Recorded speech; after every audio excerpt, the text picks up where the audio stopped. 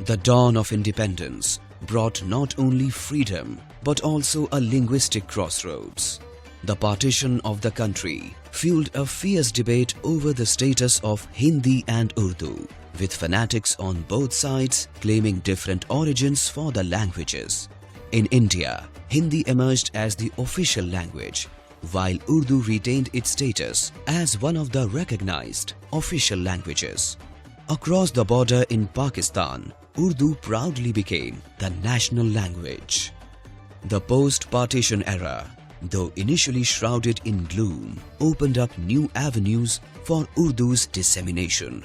Magazines, newspapers, cinema, radio and television emerged as powerful mediums, bringing the language to a wider audience.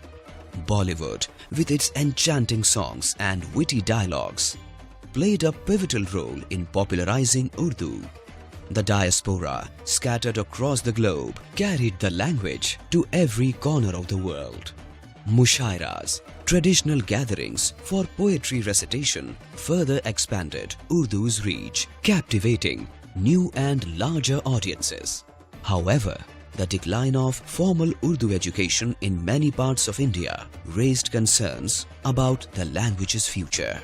The internet revolutionized access to Urdu, breaking down barriers for a new generation of enthusiasts. With readily available recordings of mushairas from around the globe and audio renditions of prose and poetry by masters like Zia Mohiuddin on platforms like YouTube, the language became instantly accessible to eager audiences. The rise of mobile technology and consumer apps further transformed the landscape, providing not only access to Urdu content but also innovative tools for script comprehension and learning. This democratization of language learning has empowered individuals to decipher the script and engage with Urdu in unprecedented ways.